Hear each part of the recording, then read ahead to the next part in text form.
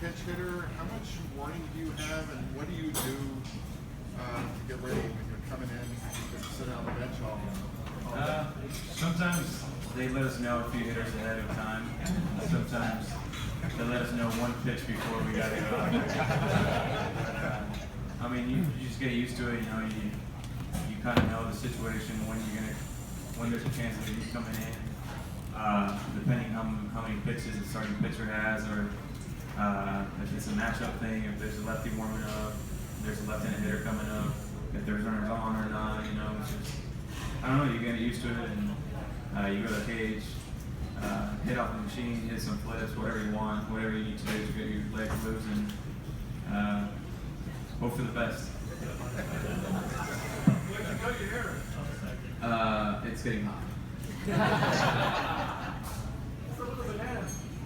Why a banana? I don't know, man. It's like, why do you turn your hat backwards when you need a rally? It's one of those things, you know. Whatever works. Does it work? When the team's traveling, how aware are you of the Dodger fans that are attending the game? I mean, I know last night was pretty exciting. yeah, last night was awesome.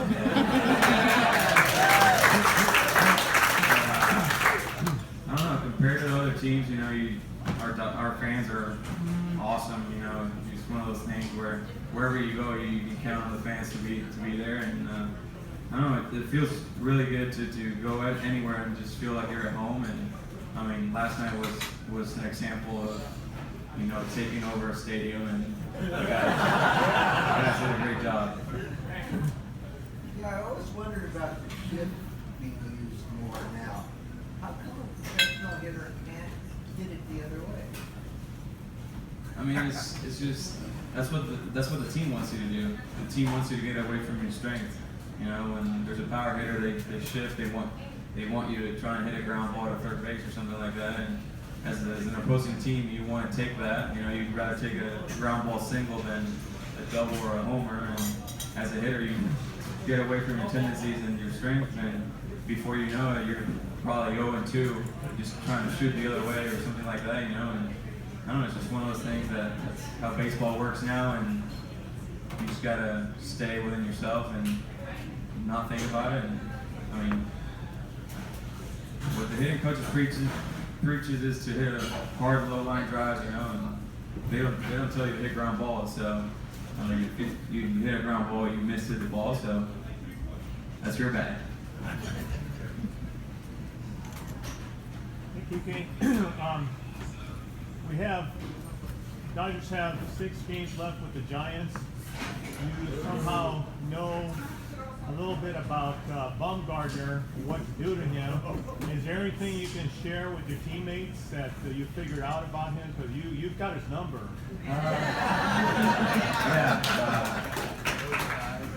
A lot of guys have approached me and asked me what I try to do against him, and even guys from other teams. When we were in Toronto, Kevin Pillar kept staring at me, and I thought it was weird. I was like, I don't even know this guy. Like, it's the first time I've ever seen him in person, and he just keeps staring at me. He must not like me or something. And a few minutes later, he came over. He's like, hey man, after we play you guys, we're going to San Francisco and we're facing Madison Bumgarner. Can you give me an insight? Can you tell me what to do? I was like, sure, this is what I do, man, as long as you guys beat him. I mean, I don't really care. And, the last 2 times we faced him, we've given him some trouble. And the opening week, I mean, I had a big game, and we still scored 6 runs. And then this last time, I didn't have my usual game against Bumgarner, and we still beat him. So I think the more we face him, the more comfortable we get as a team. And I mean, obviously, the more you face the guy, the better you're going to do against him. Is that sort of true with what happened with Yankee when you guys pounded him? You guys just did it? I don't know.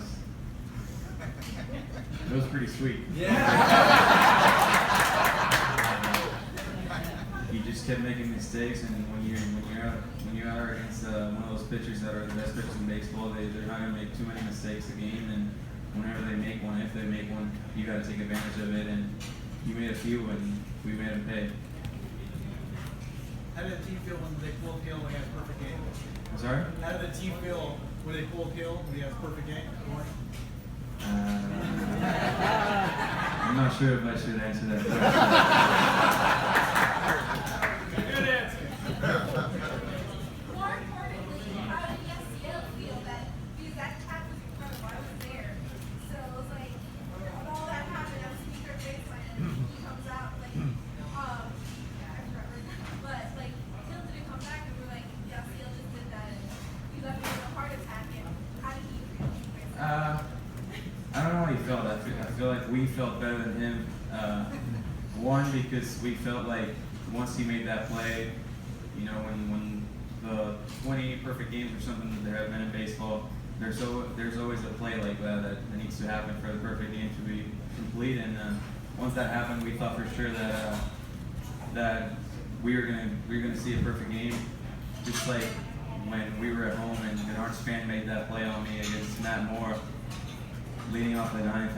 We all thought that was it, but it was better for us because Yasiel wasn't very happy that he was playing his first game in left field. And once he made that play, we were giving him a hard time. We were like, hey, yeah, you're a left fielder now, so it was better for us than for him. What's been the difference this year between playing for Dave Roberts and last year with Matt in the past few years?